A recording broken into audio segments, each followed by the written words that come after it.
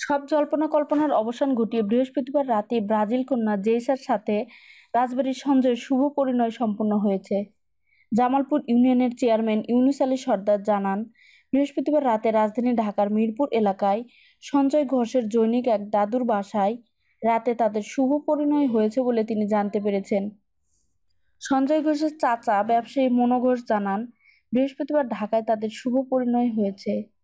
বিষয়টি সঞ্জয় ঘোষ তাদের নিশ্চিত করেছেন।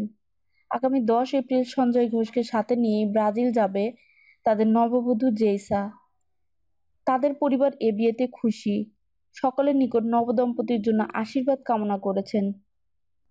বলিয়াকান্দির জামালপুর বাজারের মিষ্টির দোকানি বলাই ঘোষের ছেলে সঞ্জয় ঘোষের সাথে ফেসবুকে প্রেমের পরিচয়।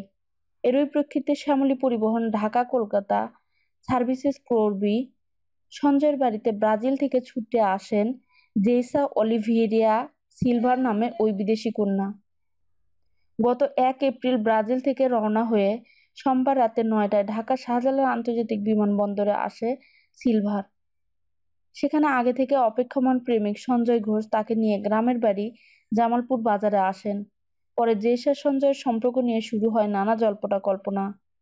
10 এপ্রিল জেইসা ব্রাজিলে ফিরে যাবেন বলে সঞ্জয়ের পরিবার সূত্রে জানা গেছে।